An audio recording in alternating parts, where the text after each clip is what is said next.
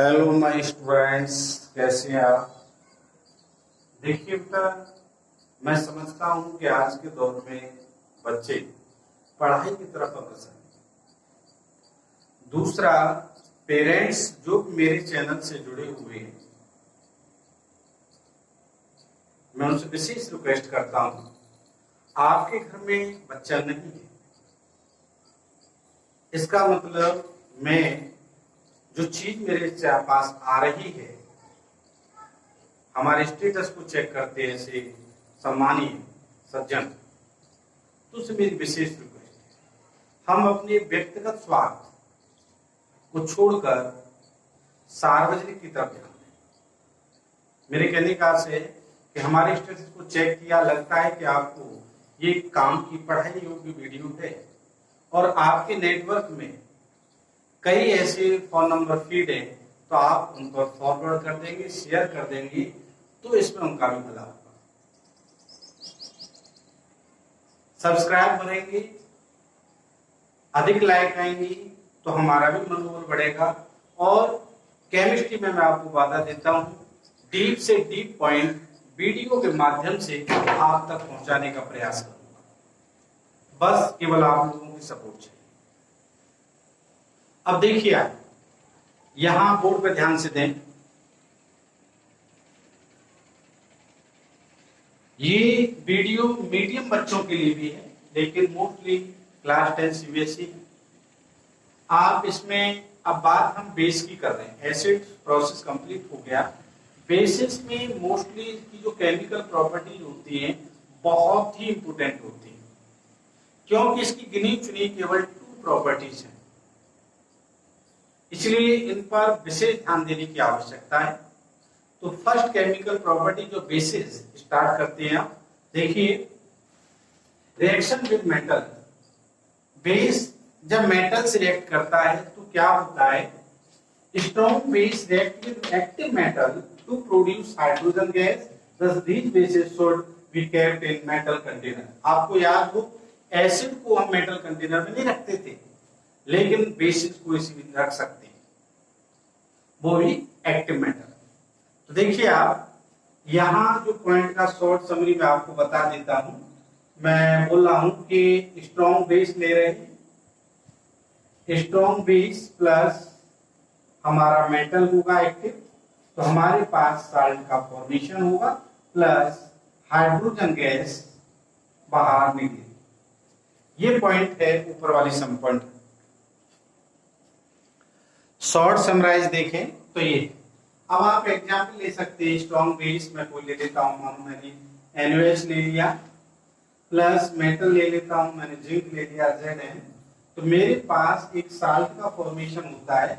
इसमें बेस का मेटल और अदर मेटल, एक्टिव मेटल जो रिएक्शन कर रहा है, दोनों मिलकर साल्ट बनाते हैं। यहाँ ये प्रोसेस थोड़ी सी हटके है एसिड के पिक्चर। देखिए आप, ये बन जाएगा NaZnO2, NaZnO2 साल्ट है, और इसकी वैलेंसी को स्विंग करेंगे तो फार्मूला बन जाएगा Na2ZnO2 प्लस हाइड्रोजन गैस बाहर निकल जाएगी इस तरह से, Na2ZnO2। क्लियर हो गया। इस कंपाउंड का जो नाम है, साल्ट का नाम है, वो है आपका सोडियम जिंकेट। क्या है? इसे सोडियम जिंकेट। और भी हम एग्जाम्पल ले सकते हैं स्ट्रॉन्ग बेस पर और एक्टिव मेटल की रिएक्शन करा देते हैं। देखिए आप, मैं स्ट्रॉन्ग बेस NaOH ले रहा हूं, साथ में मैं Zn की जगह पर एल्युमिनियम ले लेता हूं, तो एल्युमिनियम भी दोनों ही मेटल मिलकर साल्ट बनाएंगे NaAlO2, ये हो जाएगा, और हाइड्रोजन गैस जो है रिलीज हो जाएगी, ये हाइड्रोजन गैस बाहर निकल जाएगी। तो आप देख रहे हैं, बहुत इंपोर्टेंट प्रॉपर्टीज है, वाट एफिक्स में भी आती है, रिएक्शन भी बहुत इंपोर्टेंट है, और इसकी केवल 2 केमिकल प्रॉपर्टीज है, बहुत इंपोर्टेंट है बोर्ड के लिए। तो देखिए आप, इस इक्वेशन को बैलेंस करना चाहें, आप फर्स्ट चैप्टर में पढ़ा चुके हैं। देखिए आप, यहाँ पर H2 निकल रहा है, तो जाहिर सी बात है 2 होगा, 2 होगा तो हमें H2 लगाना होगा, 2 का अंदर पूरे मल्टीप्लाई होगा तो 2 ही हमें यहाँ करना होगा। और इसका नाम हो जाएगा साल्ट का सोडियम मेटा एल्यूमिनेट। देखो प्यारे बच्चों, मैंने आपको पहले बताया था कि मैं आपको इस बोर्ड पर नोट्स भी तैयार करा रहा हूं, इसलिए आप वीडियो को जब देखें तो अपने पास नोटबुक भी रखें, कॉपी भी रखें और पेन भी रखें। पहले नोट करें, फिर वीडियो को समझने का प्रयास करें, जिससे आपका कोर्स भी हो जाएगा और पॉइंट टू पॉइंट आपकी समझ में भी आ भी जाएगा। तो ये chemical properties, first chemical properties reaction with metal complete हुई। देख लीजिए,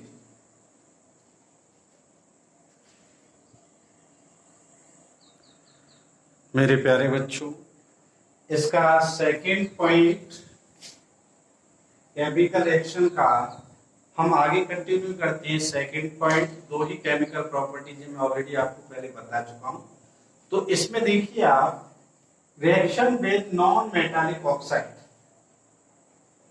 पहली थी रिएक्शन विद मेटल, देखेंगे आप basis react with non metallic oxide being acidic in nature also called acidic oxide to produce salt and water।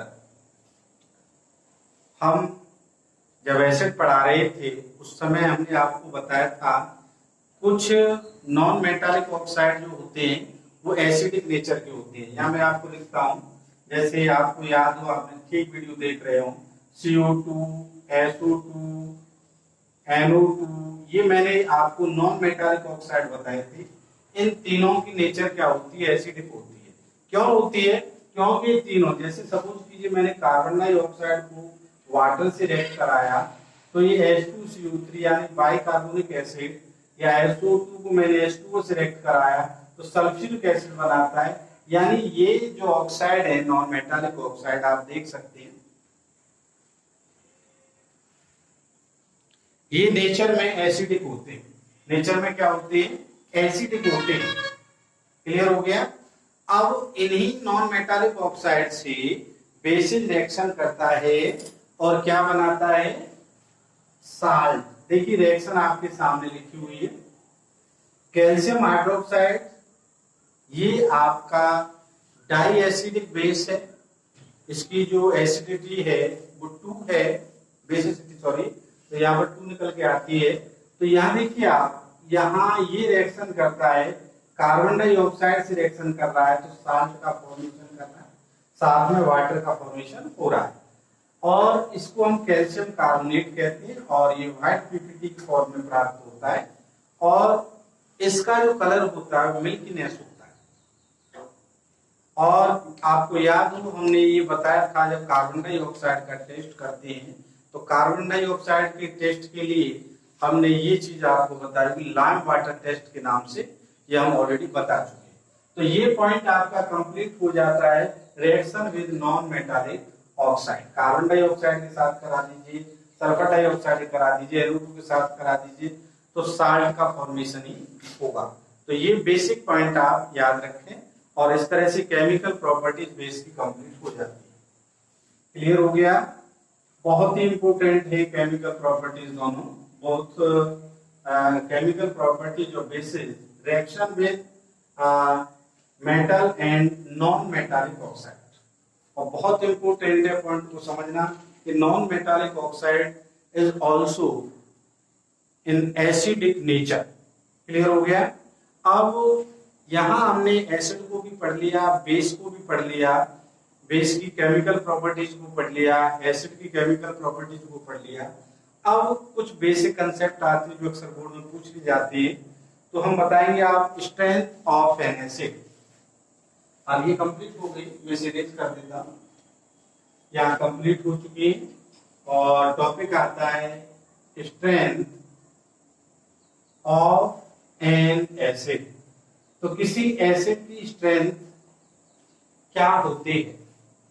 तो strength के आधार पर एसिड 2 टाइप्स का होता है। एसिड जो है 2 टाइप्स के होते हैं, एक स्ट्रॉन्ग एसिड होता है और एक आपका वीक एसिड होता है।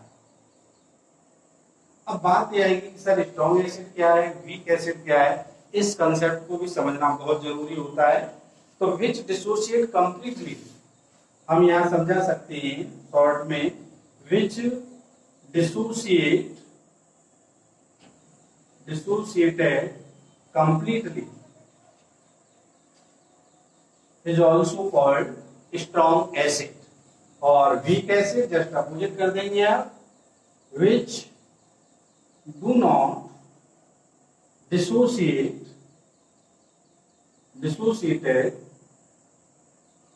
completely। बात समझ में आ रही होगी। तो इस पर हम काफी टॉपिक है समझने के लिए, बहुत अच्छी तरह से इसको समझना है। स्ट्रेंथ ऑफ एन एसिड, इसके टाइप्स पर एसिड 2 टाइप्स के हो जाते हैं, स्ट्रॉन्ग एंड वीक। जो कंप्लीटली डिसोसिएट हो जाए उन्हें स्ट्रॉन्ग एसिड कहते हैं, और जो कंप्लीटली डिसोसिएट नहीं होते हैं उनको हम जो वीक एसिड कहते हैं। तो इसके बारे में एक डिटेल टॉपिक के साथ नेक्स्ट वीडियो में डिस्कस करेंगे मेरे प्यारे बच्चों। साथ में जो मेरे स्टेटस को चेक करते हैं, मैं उन पेरेंट्स से, मैं उन सभी भाई बंधुओं से विशेष रिक्वेस्ट करता हूँ कि आपकी समझ में नहीं आता, आपके व्यक्तिगत का ये टॉपिक नहीं है, लेकिन किसी बच्चे के लिए बहुत अच्छा हो सकता है।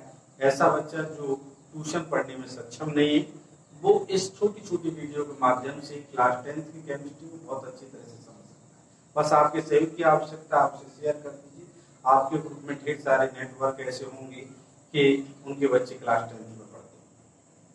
प्लीज हमारे मनोबल को बढ़ाने के लिए सब्सक्राइब बढ़ाएं, और चैनल को सब्सक्राइब भी करें, लाइक भी करें और शेयर करें। थैंक यू, नमस्कार।